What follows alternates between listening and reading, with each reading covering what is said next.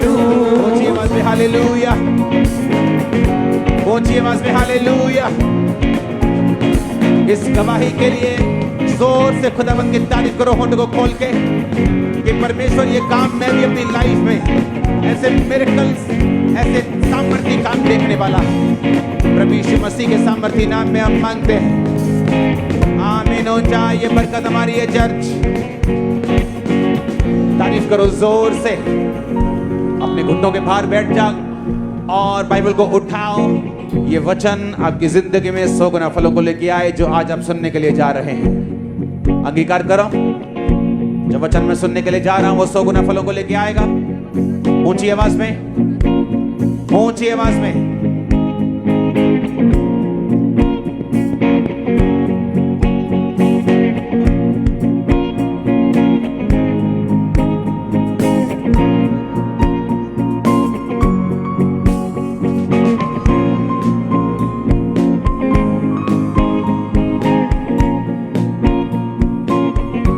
प्रभु यीशु मसीह के सामर्थी नाम में हम मांगते हैं। ये गवाही आपको सेम नहीं रखने वाली। आमीन हो जाए ये बरकत आपके परिवार की चर्च। आप तैयार हैं परमेश्वर की आवाज को सुनने के लिए?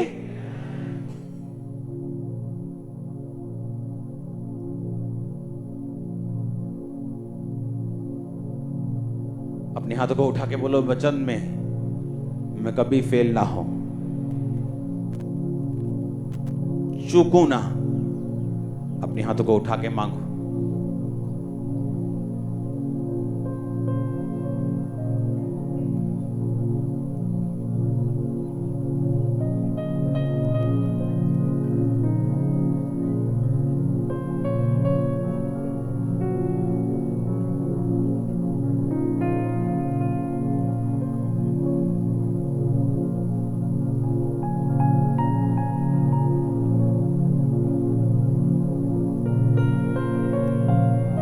वचन में मैं कभी फेल ना हूं, कभी चूकू ना।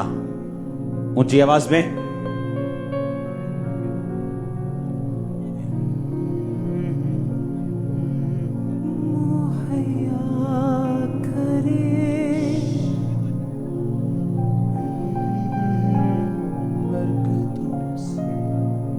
वचन में मैं कभी चूकू ना, मैं कभी फेल ना हूं। उठाओ अपनी आवाज को इस प्रेयर में।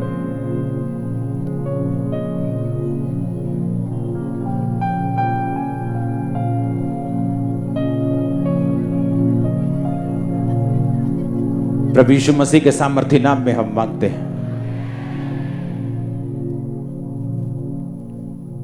पिछले कई सैकड़ों सालों का इतिहास उठा के देखो।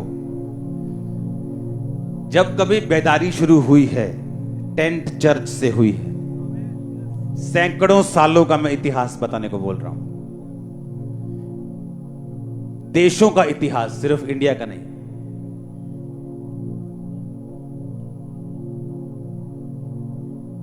जब भी बेदारी शुरू हुई, कहां से हुई है? टेंट चर्चेस से। परमेश्वर ने कहा जब एक लाश कहीं मिलेगी पुराने नियम में, तो उस लाश के पास मैं एक जीवित बंदे को ढूंढूंगा, और जो उस लाश के सबसे करीब होगा उससे पूछा जाएगा कि यह लाश का लेखा दो, ये मरा कैसे। इसका एक आत्मिक पहलू यह है कि एक मरा हुआ आत्मिक व्यक्ति, एक नशे में डूबा हुआ, परमेश्वर से दूर, गुनाहों में, व्यभिचार में, गुस्से में, क्रोध में, कत्ल करने की फिराक में, एक ऐसा पाप में पड़ा हुआ व्यक्ति आत्मिक रूप से मरा हुआ है। और परमेश्वर ने कहा जो उसके पास आत्मिक रूप से जिंदा होगा, आप लोग, मैं, उनसे मैं लेखा लूंगा और पूछूंगा कि तूने इसको क्यों नहीं बचाया और तूने इसको सुसमाचार क्यों नहीं दिया। बहुत से लोग कंप्लेंट करते हैं कि मेरा बेटा नशा क्यों नहीं छोड़ता, मेरी फैमिली क्यों नहीं बचाई जाती। उनकी लाइफ को ध्यान से आप देखो, चेक करो कितनी रूहें बचाई हैं उन्होंने एक साल में। आपको जवाब मिल जाएगा कि उनके घर में साल्वेशन अभी तक क्यों नहीं। हालेलुया। आप उनसे सवाल करो, आपने कितनी रूहें बचाई? आपने एक साल में कितने लोगों को बताया परमेश्वर के बारे में? इसका डिले बंद करो। तुम लोग जो अपने अपने परिवार के लिए रो रहे हो, अपने बेटे के लिए तुम रो रही हो, अपने अपने हस्बैंड के लिए, अपनी वाइफ के लिए तुम रो रहे हो, तुमने इस साल कितनी रूहें बचाई? आज चर्च में कितने लोग हैं जो सिर्फ तुम्हारी वजह से चर्च में बैठे हैं? कोई जवाब नहीं। हाथ खड़ा करो वो लोग जिनकी वजह से 10 लोग बचाए गए इस साल। 10% भी हाथ नहीं खड़े। अगर पूरे साल में मैं 10 लोग नहीं बचा पाया, और ये जानते हुए कि मसीह में जो है परमेश्वर हिसाब लेता है और वो कहता है कि तुम मांगोगे मैं दूंगा, लेकिन तुम्हें बोना पड़ेगा वो काटने के लिए जो तुम मांग रहे हो।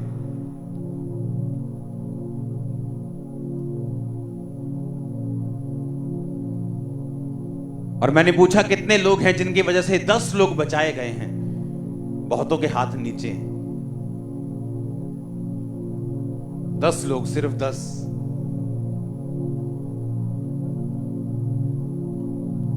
अफ्रीका में जब बेदारी नहीं थी, वहां पे लोग परमेश्वर से दूर थे, पापों में थे, बंधनों में थे, श्रापों के नीचे थे। तो परमेश्वर ने एक दास को दर्शन दिया था कि अफ्रीका ब्लड वॉश हो रहा है खुदाबंद के लहू से, और वहां बेदारी आ रही। शैतान आज रोएगा जरूर। रूहों का नाम ले लो, या वो यहां रोता है या मीडिया पे रोता है, रोता जरूर है। रोना तो निकलता है उसका, कोई शक नहीं, अलग अलग प्लेटफॉर्म पे निकलता है। हालेलुया।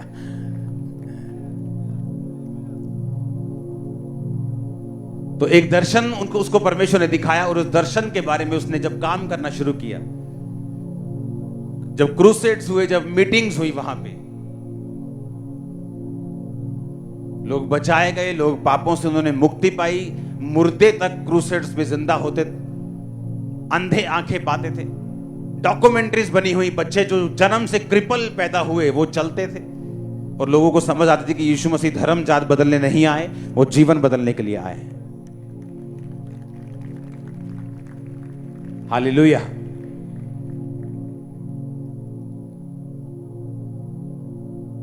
लोग बोलते हैं कि अफ्रीका में लोग गए, मिशनरीज गए, वहां पे उनके हाथ में बाइबल थी और उनके हाथ में जमीन थी, उन्होंने उनके हाथ में बाइबल दे दी, जमीन ले ली। ये सब बकवास बातें हैं, ऐसा कुछ नहीं है।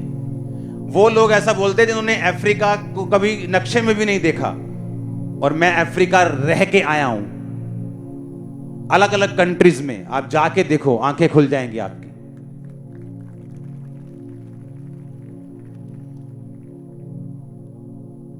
लोग लाइव बताते हैं अपनी, मैं कातिल था, मैं हत्यारा था, मैंने अपने बाप का कत्ल किया, मैंने ये किया, मैं नशे करता था, मैं लोगों को मारता था, मैं उनसे फिरौतियां लेता था, मैं ऐसा था। जीसस क्राइस्ट ने मुझे बचाया, प्रभु ने मुझे बचाया, मैं अपनी जिंदगी मैंने दे दी, आज मैं पास्टर बन गया हूं, मैं प्रीच करता हूं, मैं नशेड़ी था, नशा बेचता था। वहां के क्राइम भी बहुत जबरदस्त थे, और जितना अंधकार होता है उजाला उतना ही चमकता है। हालेलुया। तो मैंने सिर्फ आपसे ये क्वेश्चन पूछा है कि कितने लोग यहां मौजूद हैं जिनकी वजह से सिर्फ 10 लोग ही इस साल बचाए गए हैं। साल पूरा होने को आया, हमने लेखा देना है खुदावंद को कि परमेश्वर, चर्च में ये 10 लोग जो हंस रहे हैं ना, वो मेरी वजह से हंस रहे हैं, मुझे भी तू हंसा, मेरी लाइफ में भी टेस्टिमनी दे। लेकिन ऐसी प्रार्थना करने के लिए हमारे पास रिकॉर्ड नहीं। एक एम्प्लॉय जब गलती करता है किसी कंपनी में तो उसका रिकॉर्ड चेक करते हैं। अगर उसका रिकॉर्ड बहुत अच्छा है, हर काम में अच्छा है, ये गलती से बाय मिस्टेक कुछ हो गया तो उसको उस गलती की कई बार सजा भी नहीं मिलती। लेकिन जब पहले से रिकॉर्ड खराब हो और फिर गलती पे गलती कोई करे तो कंपनी उसे फायर करती है, उसे निकालती है। हालेलुया। आपका रिकॉर्ड क्या है परमेश्वर के घर में? कितने लोग हैं जो आपकी वजह से बचाए गए हैं? कितने लोग हैं जो आपकी वजह से नशे को छोड़ा है, कितने लोग हैं जो आपकी वजह से आज हंस रहे हैं, कितने लोग हैं जो आपकी वजह से स्वर्ग जा रहे हैं। मैं कहता हूं आप लेखा दो, पूरा साल बीतने को आया, अब 25 के लिए हमने ड्रेसेस भी खरीद ली होंगी, भंगड़ा डालने की तैयारी भी कर ली होगी, पर ये मालूम ही नहीं कि भंगड़ा डाल क्यों रहे हैं हम, उसका रीजन क्या है। फिर तो दूसरों में और हम में क्या फर्क है। वो भी अपने अपने त्योहारों में डालते हैं नाच गाना, आप भी अपने अपने त्योहारों में नाच गाना करो, लेकिन उस नाच गाना कर क्यों रहे हैं हम, खुश हैं क्यों? क्योंकि जीसस आए। क्यों आए? बचाने के लिए। किसको? लोगों को। तुमने बचाया क्या?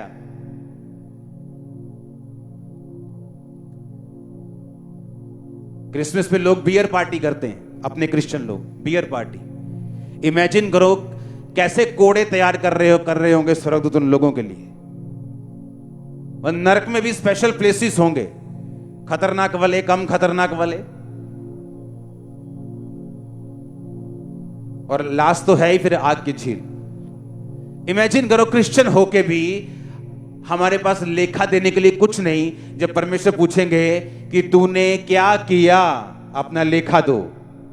मैंने आपसे वही तो पूछा, अभी तो छोटा वाला लेखा है, अभी तो जो कच्चे एग्जाम हो रहे हैं आपके, पक्के एग्जाम तो ऊपर हैं। तो कच्चे एग्जाम में मैंने बताया आपको, आप अपना रिपोर्ट कार्ड दो, कितने आप में से ऐसे लोग हैं जिन्होंने पूरे साल में सिर्फ 10 रूहें बचाई।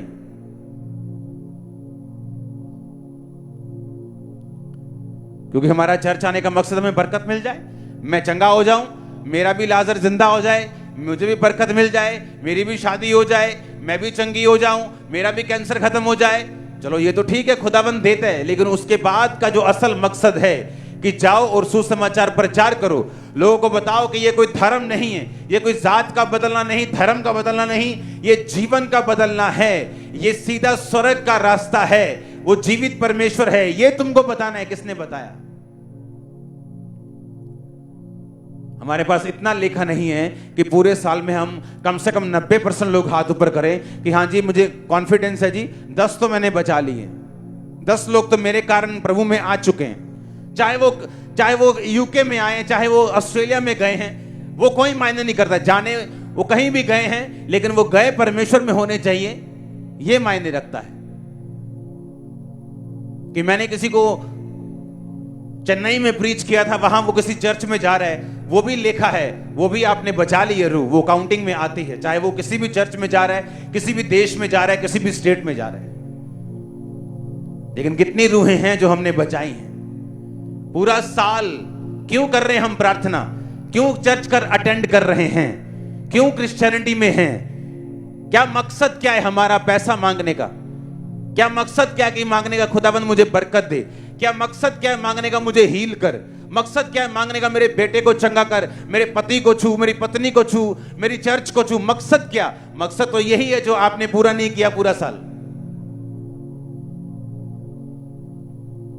जो असली विश्वासी होगा उसकी निशानी यह होगी कि वो प्रभु यीशु मसीह के बारे में रोज बात करेगा,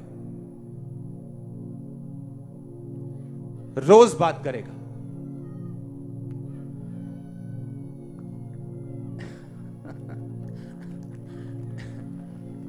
सोचो अभी ये हाल है, बाद में क्या होगा? आप मेरी बात समझ रहे कि नहीं? मैंने कहा अपना रिपोर्ट कार्ड मुझे दो, पूरा साल हो गया वचन सुनते, 25 आने वाली है, इसको यहां इतनी दूर क्यों लेके जा रहे हो? इधर इधर छोड़ा करो, नजदीक में। हाँ मैं आता हूं, चिंता मत कर। मेरे साथ तो कुछ खास ही है ना सिस्टम इनका। हालेलुया। मैंने कहा अपना रिपोर्ट कार्ड मुझे दिखाओ, कितनी रूहें आपने पूरा साल बचाई, और किस बेस पे, किस अथॉरिटी से हम परमेश्वर से मांग रहे हैं कि हमें बरकत दे, हमारे कामों को सॉर्ट आउट कर, हमारे चीजों को सॉल्व कर, मेरे फैमिली को ऐसा कर, मेरे फाइनेंस को वैसा कर, मेरे शरीर को ऐसा कर। जबकि बाइबल में उसने साफ साफ लिखा है कि जो कुछ तुम मेरे नाम से मेरी महिमा के लिए मेरे पिता से मांगेगा, मेरा पिता तुझे देगा। मेरे नाम से यानी मेरे कैरेक्टर से। अनोमा नाम का मतलब वो नाम नहीं जो आपका और मेरा है। नाम का मतलब जो है अनोमा, अनोमा का मतलब है कैरेक्टर। जो कुछ तू मेरे कैरेक्टर में होके, मेरे चरित्र में होके, मेरे पिता से मेरी महिमा के लिए कि खुदाबंद मुझे चंगा कर, मैं तेरा प्रीच करूंगा, मुझे चंगा कर, मैं लोगों को रोज गवाही दूंगा, मुझे फाइनेंशियल बरकत दे, मैं चर्च के कामों में, तेरे सुसमाचार के कामों में हिस्सा डालूंगा। लेकिन हमने उसकी महिमा के लिए नहीं मांगा। हमारा मांगने का मकसद है कि मैं अपने विरोधी को बता सकूं कि खुदा ने मुझे चंगा किया, मैं अपनी सौतन को बता सकूं। हन्ना कहती है कि मुझे बेबी मिला, तब जब तक वो शरीर में रही परमेश्वर ने भी उसे कुछ नहीं दिया, जब तक वो आत्मा में नहीं चली गई, आत्मा में रह के नहीं मांगा। खुदा की ग्लोरी के लिए, मकसद के लिए, खुदा तो अगर तुम मुझे देगा मैं तेरे ही नाम के लिए तुझे वापस करके तेरी महिमा के लिए दे दूंगी। जब तक उसने भी परमेश्वर की महिमा के लिए नहीं मांगा, परमेश्वर ने तब तक उसे भी नहीं दिया। हर साल रोती थी, खाना नहीं खाती थी, पति के साथ कलेश, घर में कलेश। लेकिन कलेश डालना, नाराज होना कुछ नहीं होगा इससे प्रैक्टिकली लाइफ में, जब तक आप परमेश्वर की महिमा के लिए उठ खड़े नहीं होंगे।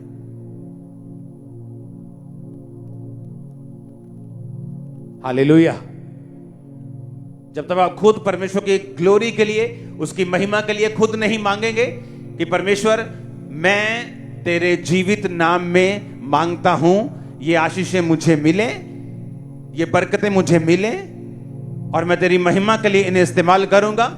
और आप प्रैक्टिकली साथ साथ वो चीजें करनी भी शुरू करें कि खुदावंद को मालूम हो कि ये सिर्फ शब्दों से नहीं करेगा, ये प्रैक्टिकली मेरे कामों को करेगा। जो इसने मुझसे वायदा किया है ये सारे काम ये करना शुरू करेगा। जो गवाही मैं इसे छोटी सी दे चुका हूं, इसने देनी शुरू कर दी है। जो बड़ी ये मांग रहा है, अब मुझे इसको देनी है। हालेलुया। पिछली बातों के लिए थैंक्स नहीं किया, अगली रिक्वेस्ट लेके हम फिर चले जाएं। पिछली बातों के लिए परमेश्वर का थैंक्स नहीं किया, ग्लोरी नहीं दी, उसको महिमा नहीं दी, अगली बातें लेके फिर परमेश्वर के सामने चले जाएं, तो परमेश्वर को मालूम होता है हमारे कैरेक्टर कैसे हैं। वो हमारे अंदर की बातों को जानता है। हालेलुया। बाइबल क्या कहती? परमेश्वर दिलों को जानता है, स्वर्गदूत दिलों को नहीं जानते। स्वर्गदूत दिलों को नहीं जानते, वो आपके शब्दों को समझते हैं। जो आप बोलते हैं, आपके एक्शंस, स्वर्गदूत उन चीजों को समझते हैं। इसलिए शैतान नहीं जानता आपके दिल में क्या है, लेकिन परमेश्वर जानता है आपके दिल में क्या है। आप उसके लिए कितना काम करना चाहते हैं, आपके हार्ट में क्या है, आपके दिल में क्या है, परमेश्वर के लिए आपका दिल कितना खुला है, आप लोगों के सामने परमेश्वर का कितना अंगीकार करते हैं, कितना डरते हैं, परमेश्वर के लिए कितना खड़े रहते हैं, उसको सब मालूम। और वो दिलों के हिसाब से आपके जीवन में डील करता है, जो आपके दिल में है, हार्ट में है। क्योंकि जो दिल में होगा फिर वो मुंह पे भी आएगा, कई बार, काफी बार। आमीन। अपने पड़ोसी को बोलो खुदावंद की महिमा के लिए काम कर। यहोशू 24 उसकी 15 आयत।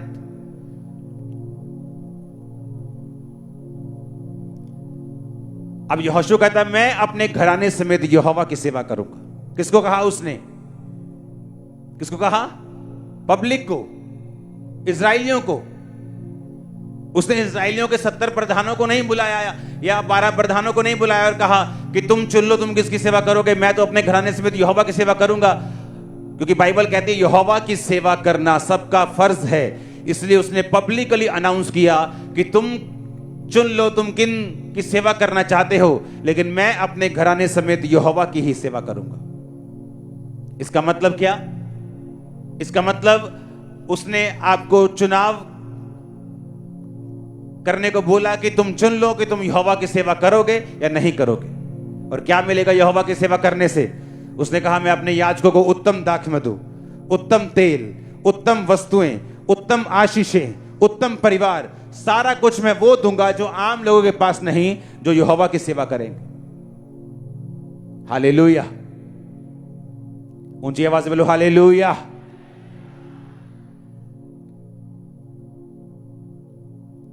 अपने पड़ोसी को बोलो सेवा करनी है, लोगों को बचाना है, रूहों को बचाना है। क्योंकि जो कुछ तू बोएगा वो कुछ तू काटेगा। आमीन।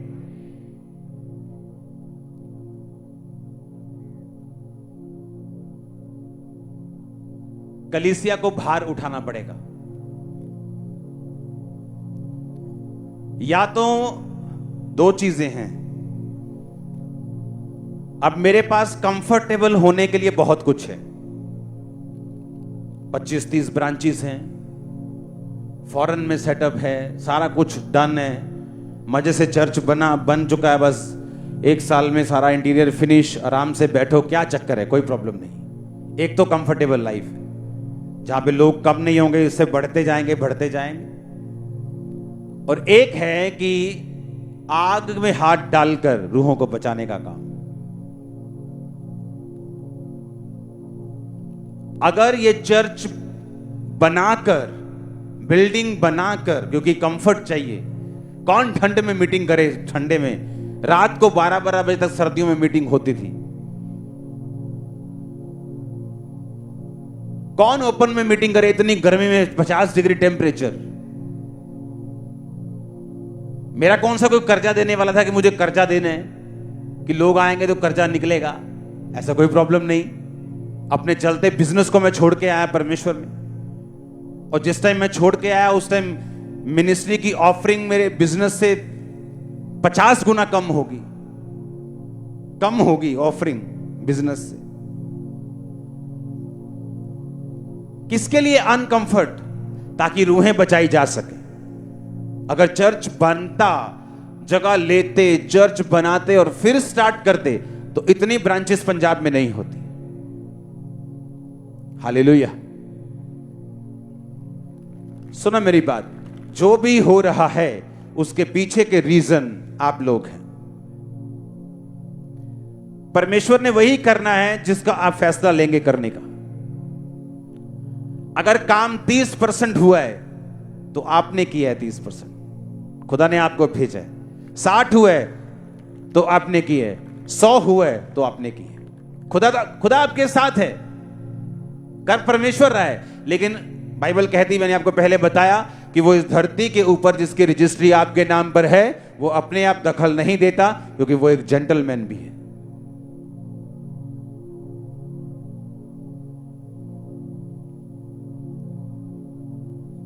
तो जितना काम हो रहा है उसका रीजन आप हैं। उसका रीजन एक डिसीजन है जो मैंने लिया, उसका रीजन डिसीजन है जो लोगों ने लिया कि हम उधर सेवा करेंगे, उधर सेवा करें। उनका डिसीजन है जो मैटर करते हैं।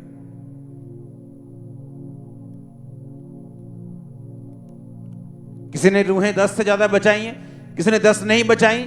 कारण क्या? कारण परमेश्वर थोड़ी है, कारण है कि आपने वो डिसीजन नहीं लिया, दूसरा ने लिया। हालेलुया। जब ब्रांचेस शुरू करने का टाइम आया तो बोला कि शुरू कैसे करनी, अभी तो अपना चर्च नहीं बना अभी तक। ये बनेगा, कंप्लीट होगा, फिर अंदर जाएंगे, फिर नए बारे में सोचेंगे, जैसा आम हम करते हैं। इसमें कुछ गलत नहीं, लेकिन एक है कि कहते हैं पंजाबी में लीक तो हट के काम करना, कि रीति रिवाजों से हट के काम करना, कुछ ऐसा करना जो ह्यूमनली पॉसिबल नहीं, जिसके लिए अनकंफर्टेबल होना पड़ेगा, जिसके लिए चीजें करनी पड़ेंगी जो हमारे आराम को खत्म कर सकते हैं। तो सोचा चलो ठीक है, पैसा नहीं है चर्च के पास, लेकिन चर्च ब्रांचेस को बनाना बंद नहीं करेगी। रेंट पे जगह लेनी शुरू की। आज आप ब्रांचेस को देखोगे तो नक्को नक भरी हुई ब्रांचेस है, पूरी कंप्लीट, सभी, और सभी डिस्ट्रिक्ट में। अब जो ये गुरदासपुर की चर्च, आपको लगता है कि पीछे करना गुरदासपुर, आपको लगता है ये खामरा चर्च लग रही है? आप देखो, यहीं की फोटो चेप दी, ऐसा लगता है। लोग करते हैं ना ऐसे, यही फोटो उधर, यही में ये ओवरफ्लो, ये, लेकिन यहां नहीं होता ऐसा। हालेलुया। अब एक फैसला हमें लेना है। अब जब मोगा ब्रांच शुरू की, हाँ, वो भी रेंट पे जगह। चंडीगढ़ ब्रांच शुरू की, वो भी रेंट पे जगह। जब मोगा ब्रांच शुरू हुई तो वहां के लोग इकट्ठे हो गए कि हम यहां चर्च नहीं लगने देंगे। क्यों नहीं लगने देंगे? भी पूरे साल का एडवांस किराया तुम्हें दे दिया। मालिक बोला जी मुझे प्रेशर है जी, लोग आ रहे हैं मेरे पास, जत्थेबंदियां ये आ रही, वो आ रही, ये हिंदू लोग आ रहे हैं, ये लोग आ रहे हैं, हम नहीं चर्च लगने देंगे। तो हमने कहा फिर क्या सोचा, पैसे ले लिए तुमने, चर्च कैसे नहीं लगेगी, पम्फलेट्स कितने, बोर्ड का कितना खर्चा, वहां बन चुका है सब कुछ। इमेजिन करो, ये डेली की फाइट्स हैं जो लोगों को नजर नहीं आती। आपको लगता है वाह वाह मौका शुरू, मौका पर गया, मौका पर गया, मौका शुरू, मौका पर गया, चलो जी खत्म काम, हालेलुया कर आज। लेकिन उसको हालेलुया करने के लिए जो पीछे लग रहा है वो नजर नहीं आ रहा। तो इसलिए मैंने कहा मैं आज आपके साथ विजन शेयर करूंगा कि आगे अगले साल के लिए हमें किस तरह की तैयारी करनी है। आमीन। तो जब बात पुलिस तक पहुंची तो कोर्ट तक पहुंची, बोली तो कब्जा कर लेंगे, चर्च कब्जा कर लेगी जगह पे। तो हमारे लोगों ने बताया ये वो चर्च नहीं है कब्जे वाली, ये चर्च के पास अपने सैकड़ों एकड़ पड़े हैं, ये कब्जे वाली चर्च नहीं है, ये देने वाली चर्च है, लेने वाली चर्च नहीं। जितने की तुम्हारी जगह उतने का 1 हफ्ते का यहाँ कंस्ट्रक्शन का खर्चा है। तो ये वो कब्जे वाली चर्च नहीं है। तो उनको मालूम हुआ, तो कोर्ट सब बातें समझता है, वो न्याय की भाषा समझता है। तो फैसला हक में हुआ कि ठीक है 11 महीने आप इनको रोक नहीं सकते चर्च लगाने के लिए। तो तब जाके मौका की चर्च आज शुरू हुई। पीछे की फाइट देखो कितनी थी। ये चीजें मैं आपके साथ क्यों शेयर कर रहा हूं कि अब जैसे जैसे माहौल चेंज हो रहा है वैसे वैसे किराए पर जगह लेकर चर्च लगाना मुश्किल हो रहा है पॉसिबल। बहुत से लोग हैं जो क्रिश्चियन हैं, वो अपनी जगह देते हैं रेंट के लिए, कि मान लो एक जगह हमने ली रेंट पे, जैसे गुरदासपुर रेंट पे जगह थी, सबसे पहले जो चर्च गुरदासपुर रेंट पे थी, रेंट पे 2-3 साल जितने साल चली, उसके बाद चर्च ने अपनी जगह ली। आज अपनी जगह पे चर्च भी बन रहा है और उसके साथ वाली जगह ठेके पे वहां पे लोग बैठ रहे हैं। तो वहां जब बन जाएगा वो सारे लोग चर्च में शिफ्ट हो जाएंगे। तो अपनी जगह पे जाने से पहले वो किराए की जगह पे कुछ देर रहना पड़ा। तो लोगों को ये मैसेज चलागा कि ये कब्जे करने वाली चर्च नहीं, जस्ट ये अपनी जगह को ढूंढेंगे, लेंगे और हमारी जगह छोड़ के चले जाएंगे। तो ये चीजें आपके साथ शेयर करना क्यों जरूरी है, ताकि आपको ये मालूम हो कि अब माहौल क्या बन रहा है। पहले माहौल ऐसा नहीं था, जस्ट किराए पे जगह ली काम शुरू। अब ऐसा नहीं, पहले रेंट पे लेना और कुछ लोगों का देना, और देने के बाद भी इस तरह की फाइट्स हैं जो करनी पड़ रही हैं। हालेलुया। आपको इस बात का बोझ उठाना पड़ेगा अगर हम ये चाहते हैं कि सुसमाचार फैले। अगर यीशु मसीह आपका भी बाप है, सिर्फ मेरा बाप नहीं, अगर ये आपका भी, आपको लगता है कि मैं भी उससे प्यार करता हूं, तो अगला साल हम वो नहीं करेंगे जो इस साल हमने किया है। आमीन। तो मुझे कोई जरूरत नहीं है इतनी सरदर्दी लेने की। मेरी भी फैमिली, मेरे बच्चे वो होम स्कूलिंग कर रहे हैं, चीजें हम फेस कर रहे हैं, कारण कि सुसमाचार जो है वो आगे बढ़े, कि हमें कोई दिक्कत ना आए, कोई परेशानी ना आए, और परमेश्वर का काम स्पीड से हो, जो परमेश्वर ने मुझे विजन दिया वो जल्द पूरा हो। तो अभी आपको आगे आना पड़ेगा। हालेलुया।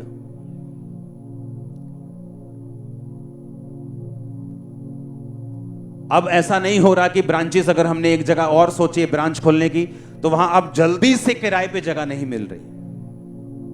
पहले था कि एक जगह फाइंड की, एक एरिया फाइंड किया, खुदा ने बोला जस्ट फाइंड किया। अब जैसे परमेश्वर ने कल मुझे बताया कि ऑरलैंडो में, ओके, मेरी टीम अभी सुनेगी बात को, फ्लोरिडा में, अमेरिका में एक चर्च स्थापित करना है और मुझे खुद जाके वहां पे वो स्टैब्लिश करना है। तो वहां की टीम से बात करना शुरू करो।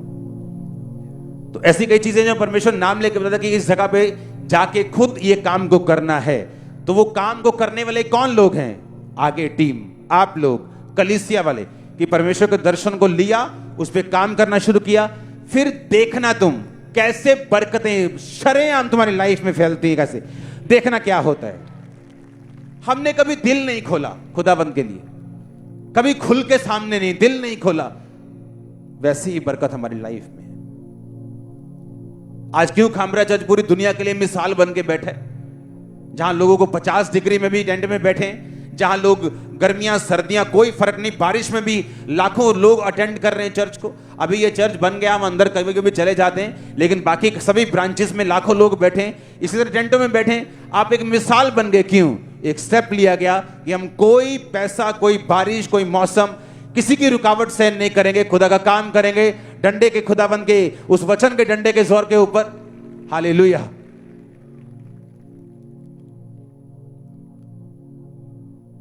अब जो ब्रांचेस मोस्टली खोलनी पड़ेंगी, चाहे वो थोड़ी जगह लेके खोलनी पड़े, लेकिन चर्च को अपनी जगह लेके खोलना पड़ेगा उसे।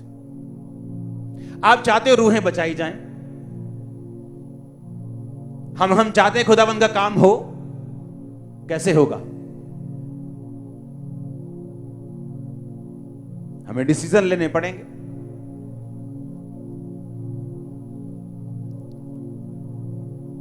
खुदा ने चाहा तो अपना जो सैटेलाइट चैनल है वो जल्दी आपके बीच में आएगा। ऐसी चीजें हैं, कैसे होंगी? एक एक कदम के ऊपर लाखों रुपए का खर्चा है। एक कदम, जस्ट एक कदम।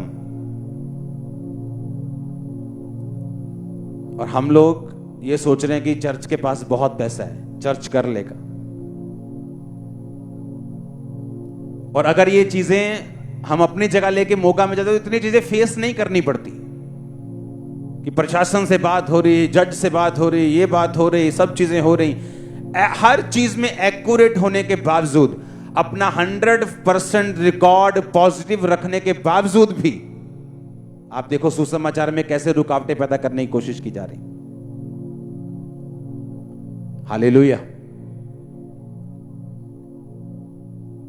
पर बाइबल एक बात कहती है, कहते जो जो वो इजरायलियों को दुख देते गए, त्यों त्यों वो बढ़ते गए और फैल गए और सामर्थी होते गए। तो ये तो पक्की बात है जो होने वाला है। हालेलुया। अगले साल आप हर साल हैप्पी क्रिसमस बोलते हो दूसरे को और हैप्पीएस्ट न्यू ईयर बोलते हो, लेकिन कई बार फिर भी वो हैप्पीएस्ट न्यू ईयर में कुछ बदलता नहीं। वो तो ईयर वैसे का वैसे जैसे पिछला है, वही धक्के, वही झिक-झिक, वही पिक-पिक। हैप्पीएस्ट कैसे होगा? जो आज आपको मैं बात बताऊंगा, इससे आपका न्यू ईयर हैप्पीएस्ट हो सकता है।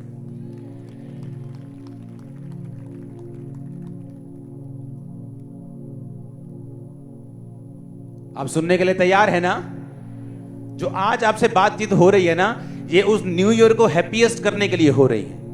क्योंकि अगर मैंने आपको चेंज नहीं किया, अगर हमने आपके मन को बदला नहीं, आपको वचन नहीं दिया, तो आपका ईयर भी हैप्पीएस्ट होना पॉसिबल नहीं। पूरी दुनिया बोलती है happy new year, happy new year. Beer पीते पीते बोलते हैं हैप्पी न्यू ईयर।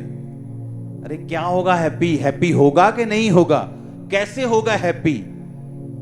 अपने आप हैप्पी हो जाएगा? अपने आप नहीं होगा हैप्पी, करना पड़ेगा इसे हैप्पी। और कौन करेगा? परमेश्वर के वचन में ताकत है उसे हैप्पीएस्ट करने की, हैप्पी करने की, हैप्पियर करने की भी। आमीन। अगर मुझे नए साल में हैप्पी करना है, न्यू ईयर, वो क्रिसमस को सचमुच मैरी क्रिसमस करना है, खुशियों वाला क्रिसमस करना है, तो क्या करना पड़ेगा मुझे? जितने वचन 31 नाइट को रिलीज होते हैं, आपकी लाइफ पे काम करते हैं। हाँ, लोग टेस्टिमनी देने के लिए आते हैं। आपने ये बोला था, मेरी लाइफ में काम हुआ। आपने ये कहा था, मेरी जिंदगी में काम हुआ। एक टेस्टिमनी भी हमारे बीच में, जो 27 साल पहले जो जल गई थी सिस्टर। 27 साल पहले मुझे एक टेस्टिमनी आज मॉर्निंग मेरे टेबल पे थी। इमेजिन करो, 27 साल पहले जल गई थी, पूरा पेट, पूरी बॉडी और अंदर के सारे ऑर्गन इसके जल गए थे। मेरे को देना एक पेपर।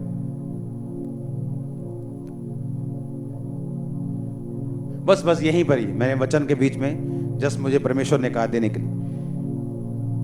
18 में मैरिज हुई, बेबी कंसीव नहीं किया। डॉक्टर ने बताया कि आप जल गए, उसके कारण आपकी ब्लड वेन श्रिंक हो गई, यूट्रस श्रिंक हो चुका है, छोटा हो चुका है, प्रेगनेंसी रिसीव नहीं कर सकते। तो हस्बैंड ने डाइवोर्स दे दिया। फिर 2019 में सेकंड मैरिज हुई, फिर बेबी नहीं हुआ, फिर डिप्रेशन में रहने लगे। जब सेकंड मैरिज में भी बेबी नहीं हुआ, तो उसके बाद प्रेयर को रिसीव किया, वो याद है 23 जून 2019 की प्रेयर, जो आगे बुला के वो थोड़ा सा सीन दिखा दो हल्का सा उस वीडियो का। वो हाँ, ये वाली प्रेयर याद है ना? मैंने कहा था कि हम लगातार इसकी टेस्टिमनीज को सुनेंगे। मेरी बहन, अब आपके ये सेकंड हस्बैंड हैं? हाँ जी। और ये एक बच्चा उनका है? हाँ जी। पहले वाली वाइफ से। और अभी आप 27 साल पहले जले कैसे थे? मैं छोटी सी थी और मेरी मम्मा खाना बना रही थी और मैं सड़ गई थी, और उससे के बाद आप चूल्हे पे खाना आपकी मदर बना रहे थे और आप जल गए थे? हाँ जी। आपका पेट जल गया था? हाँ जी। और सख्त रहता था बहुत ज्यादा? हाँ जी।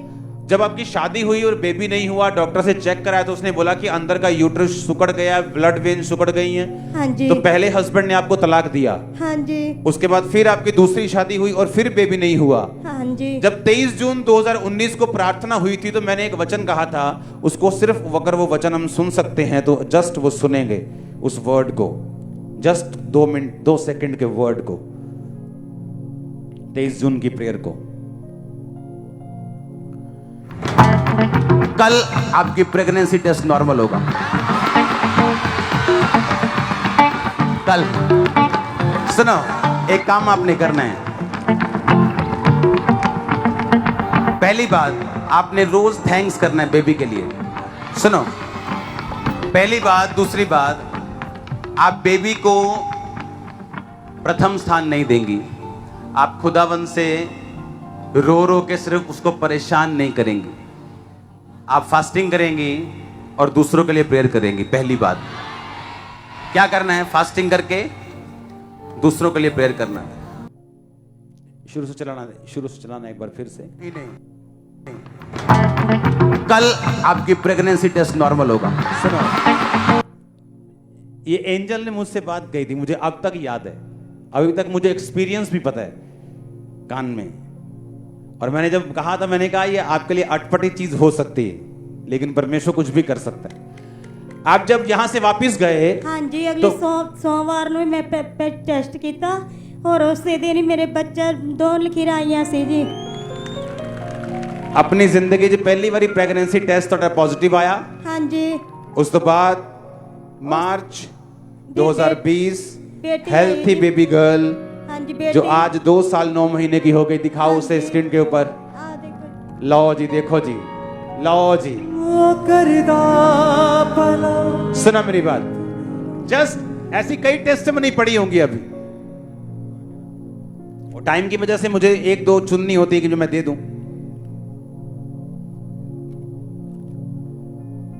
बेबी दिखाओ दोनों। हाँ, अच्छा, एक हस्बैंड से पहली शादी से ये बेबी गर्ल आपके हुई, और ये जोर की तारीफ करो जरा, जोर की।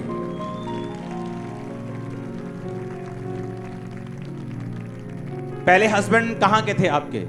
वो शहर के थे जी। किस शहर से? वो दाना मंडी के थे। हम तो प्योरपुर के शोनी कैंट थे। हालेलुया। इमेजिन 27 साल पहले जलना, पेट सूखना, ब्लड वेन्स श्रिंक होना। तब जब शादी हुई तो तब मालूम हुआ, जब पता चला कि वो जल गई थी, उसके बाद अंदर की सारी चीजें है ही नहीं।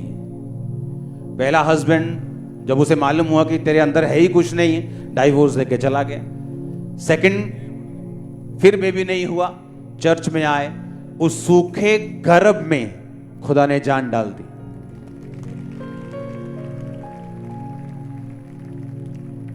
बहन जी, कहां रहती हैं आप? हाँ जी, हम शोनी में रहते हैं जी। कैंट अपने जलंधर छावनी? हाँ जी। किस मोहल्ले में? जिंदू भैया केरी में। ओके, नाम कोई मोहल्ले का? शोनी कहते हैं जी। और ਤੁਹਾਡਾ नाम की है? मोना। और हस्बैंड का नाम? गुरप्रीत सिंह।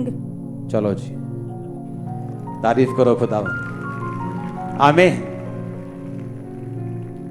इमेजिन करो, सूखा हुआ गर्भ जिसमें परमेश्वर ने जान डाली, और एक वर्ड से, कितने वर्ड से? सिंगल वर्ड आपकी लाइफ चेंज कर सकता है। Just 1 word. अगला साल हैप्पी करना है कि नहीं? और क्रिसमस, मैरी क्रिसमस करना है कि नहीं? हमें डिसीजन लेने पड़ेंगे कि परमेश्वर, पहला डिसीजन मेरा होगा कि मैं रूहों को बचाऊंगा। हर वो बंदा जो मुझसे मिलेगा, मैं तेरी बात उससे करूंगा। आपके दिमाग में ये कॉन्शियसनेस होनी चाहिए, ये आपके दिमाग में चलते रहना चाहिए कि मुझे जीसस क्राइस्ट के बारे में लोगों से बात करनी है। वो कोई धर्म का हो, जात का हो, यीशु मसीह धर्म जात को बदलने नहीं आए, जीवन बदलने आए। जब एक परिवार में सुख आएगा आपकी वजह से, आपके परिवार में सुख आने से कोई शैतान फिर रोक नहीं पाएगा। हालेलुया। अगले साल जो ब्रांचेस होंगी, मुझे ऐसा मालूम है कि हमें अपनी जगह लेकर ज्यादा से ज्यादा हमें कोशिश करनी पड़ेगी। मुझे मालूम है कि अपनी जगह लेकर ही हम वहां निकले जहां हमने ब्रांच ओपन करनी, क्योंकि जो फाइट्स अब पीछे हो रही हैं, मैं चाहता हूं कि उन फाइट से उस स्ट्रेंथ, फाइट करने में कोई प्रॉब्लम नहीं, बहुत बड़ी टीम है ये, कोई चक्कर नहीं, ऐसे रोज केस हम संभाल सकते हैं।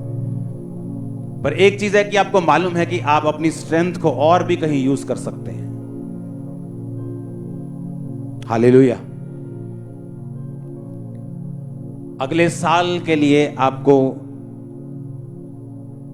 खुदावंद के काम करने के लिए बिल्कुल रेडी रहना है, ब्लड से रेडी, स्पिरिट से रेडी। 2023 का रिपोर्ट कार्ड जब क्रिसमस में पूछा जाएगा तो आपका हाथ खड़ा होना चाहिए।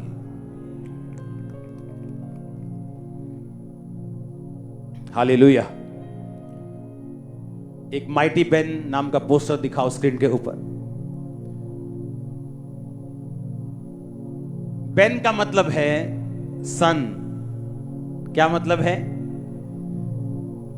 जब हम सन सुनते हैं हमें लगता है ये बेटा है,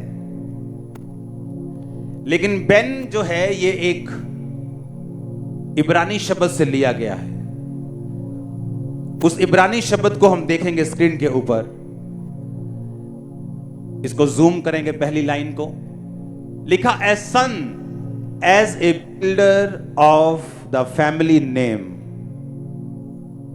फैमिली नेम को बिल्ड करने वाला वो एक बहन भी हो सकती है। इसलिए मैंने कहा जब मैं सन कह रहा हूं तो उसका मतलब मेल नहीं, जेंट्स नहीं या मर्द नहीं। जब मैं सन्स कह रहा हूं उनमें आप भी आती हैं, क्योंकि ये जेंडर की बात नहीं हो रही कि मेल है कि फीमेल है। ये as a builder of the family name, जिसे हम बेन बोलते हैं, माइटी बेन।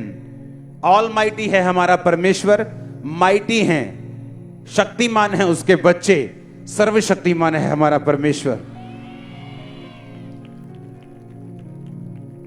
अब जैसे जैसे ब्रांचेस बढ़ रही हैं, चीजें बढ़ रही हैं, होता क्या है कि ब्रांचेस में जो काम हो रहे हैं हमें यहां से भेजना पड़ता है फाइनेंस। अच्छा, कंस्ट्रक्शन का काम हो रहा है, कामरा से पैसा जा रहा है। कंस्ट्रक्शन का कुछ हो रहा है, कुछ ये काम हो रहा है, चर्च से पैसा जा रहा है। अब माइटी बेन का मतलब वो लोग, वो सन्स, वो बेटे और बेटियां जो चर्च की फाइनेंशियली मदद करेंगे 2023 में। और जितना फाइनेंस माइटी बेन और इनके साथ हर महीने एक मीटिंग होगी, इसमें 1 लाख और 50,000 का सीड होगा, जिससे ज्यादा का भी सीड होगा। जो लोग उस बीज को बोएंगे उनका 2 फायदे हैं। पहला, मुझे ये नहीं मालूम कि ब्रांचेस में जो लोग हैं जिनको मैं काम दे सकूं, कि ये ब्रांच है, ठीक है, आप खामरा से पैसा मत लीजिए, आप अपनी ही ऑफरिंग को यूज करके अपनी चर्च को बनाइए और उसके बाद दूसरी ब्रांचेस को हेल्प कीजिए ग्रो करने में, बढ़ने में, जगह लेने में। तो मुझे ये नहीं मालूम मैं किन लोगों को ड्यूटी दूं। तो ये परमेश्वर ने मुझे नाम दिया था कुछ दिन पहले, क्योंकि आपको मालूम है कि पिछले कितने साल से मैंने आपसे कोई बीज की बात नहीं की।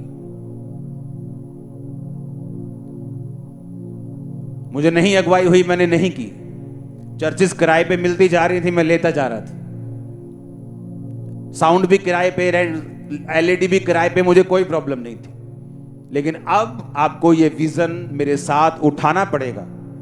जब इस चर्च में बहुत नक्के पे बात आती थी कि अब रजिस्ट्री होने वाली या कुछ काम होने वाला है, अब बीज चाहिए, तो आपको व्हाइट येलो पेपर दिया जाता था कि अब बीज बोने का टाइम आ गया, अब बोना ही पड़ेगा और कोई हल नहीं है हमारे पास। तो फिर वो आपको दिए जाते थे, अदरवाइज नहीं। अब कितने साल से आपने बीज नहीं बोया मुझे नहीं मालूम, मैंने मांगा नहीं, आपने बोया नहीं। लेकिन अब सिचुएशन जो है वो चेंज हो रही। अब जो चर्च की ऑफरिंग है उससे कंस्ट्रक्शन होती और कोई काम नहीं होता अभी। लेकिन जो माइटी बेन के नीचे लोग अपने बीजों को बोएंगे, फोन नंबर्स वहां लिखें, टेबल आगे लग जाएंगे, मीटिंग के बाद आप आगे आएंगे, अपने नामों को लिखाएंगे। हर महीने हर ब्रांच में एक काउंसलिंग टीम को तैयार किया गया जो उन लोगों से मिलेगी और उसके बाद जो बीजों को बोएंगे एक बार मैं उनसे मीटिंग करूंगा और उनको उनके साथ एक ऐसी टीम बनाई जाएगी जो आने वाले समय में कुछ जिम्मेवारियां ले सकें, सिर्फ फाइनेंशियली नहीं, बहुत सारी ब्रांचेस में। अगर खामरा में बीजों को बोया गया तो खामरा में, बाकी अगर अदर ब्रांचेस में बोया गया अदर ब्रांचेस में, और मंथली एक मीटिंग उन माइटी बेन के लोगों के साथ मैं किया करूंगा। अब आपको यह बात का ध्यान रखना है कि अब चर्च में जो रेंटेड प्लेस लेने का काम था अब वो उस स्पीड से नहीं हो रहा, उसमें दिक्कतें हैं अभी। लेकिन खुदावंद दिक्कतों को खत्म करेगा, फिनिश करेगा। 2023 में जो मेजर ब्रांचेस होंगे, जो मेरे हार्ट में हैं, मेरे गर्भ में पल रही हैं, उनको जन्म देना है।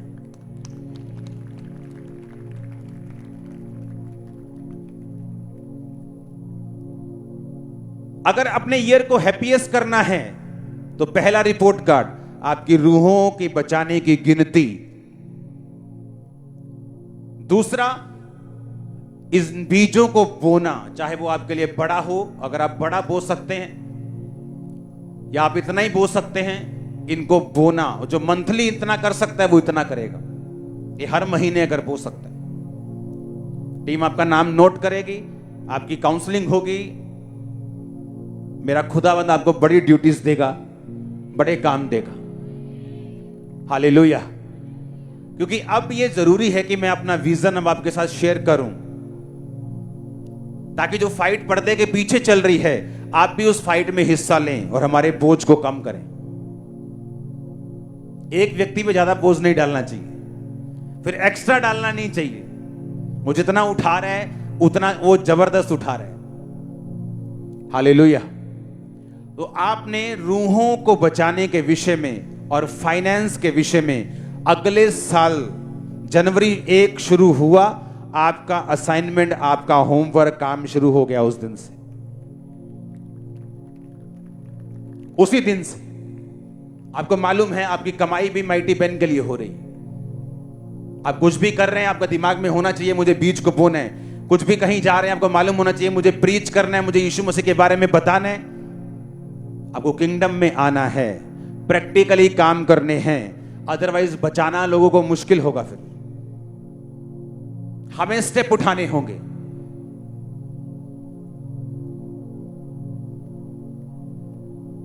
तीसरी चीज फाइनल जो आपके साथ मुझे शेयर करनी है,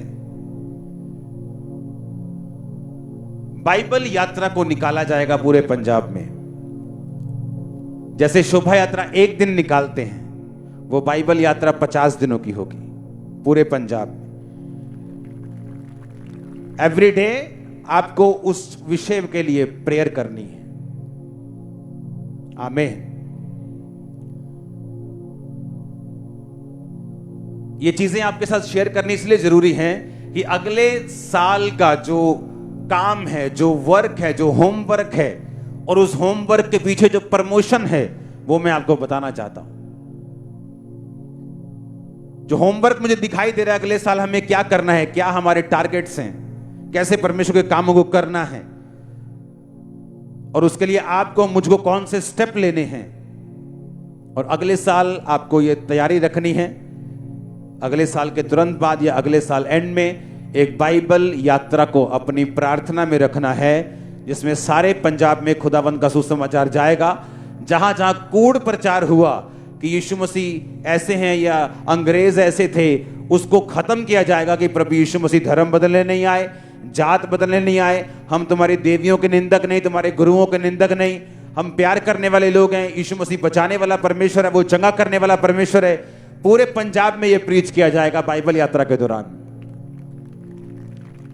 अब जो शोभा यात्रा जलंधर में परसों निकलेगी, अब ऐसी ही पूरे पंजाब में निकलेगी, आपके घर के दरवाजे के बिल्कुल सामने। हालेलुया। इन सारे विजन्स के लिए जो अगले साल के लिए हैं, आपको प्रेयर्स करनी। 1 जनवरी से फास्टिंग प्रेयर, चर्च में आपको कंटिन्यू हिस्सा बनना है, प्रार्थना का हिस्सा बनना है, बोने का हिस्सा बनना है, सुसमाचार का हिस्सा बनना है। अगर आप गांव में नहीं जा रहे सुसमाचार सुनाने के लिए टीम के साथ, अपने अपने नगर में सुसमाचार सुनाओ, अपने पड़ोसियों को सुनाओ। आमीन। बोझ रखना है आपको, बोझ के साथ काम करना है। अगले साल परमेश्वर शैतान को लताड़ेगा और आपको बड़ी टेस्टिमनीज देगा। ये लिख के ले लो बात मेरी, मैं आपको लिख के दे सकता हूं। ऐसे फेवर होंगे आपकी लाइफ में, आपने सोचे नहीं होंगे। जब मैं लोगों को बोलता हूं कल तुम प्रेग्नेंट होगी, ये कैसे हो सकता है?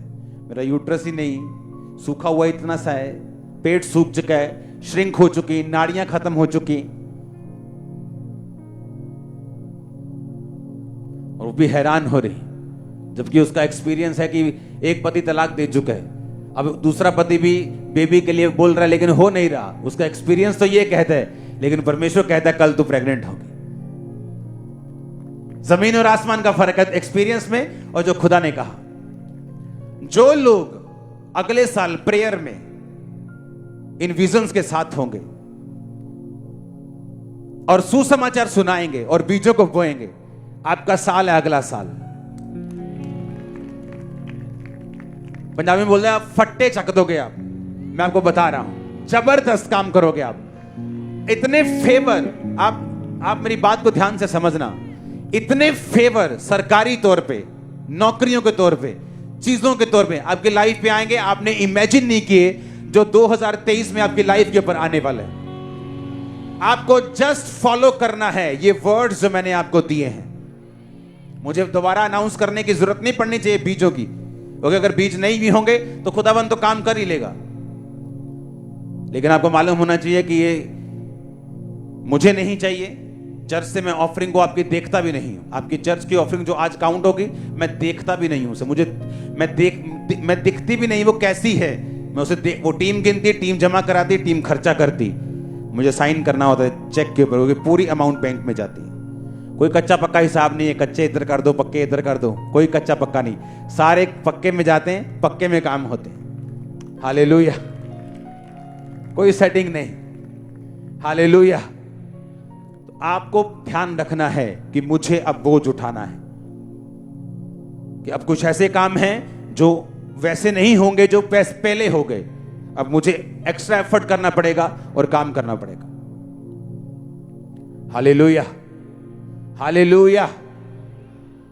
मैं लोगों को बताता कि वो टाइम था कि जब आप बीजों को बोलते थे, चर्च हर 2-3 महीने में एक बड़ा बीज लेती थी, लेकिन आने वाले टाइम में वो टाइम नहीं होगा। अब वो टाइम फिर सालों के बाद आया कि हमें फिर वही काम करना है और बीजों को बोना है, ताकि हम अगला लेवल परमेश्वर के लिए अचीव कर सके।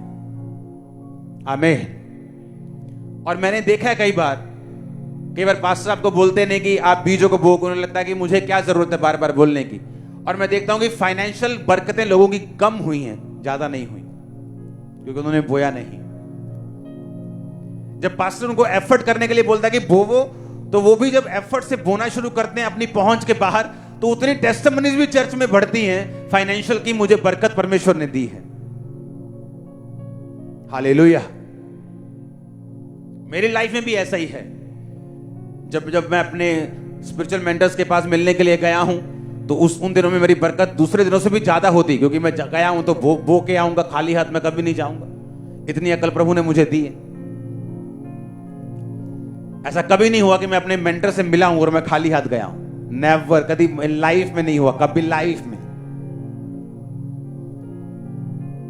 बरकत लेने का तरीका है और आपको वो तरीका फॉलो करना है। हालेलुया।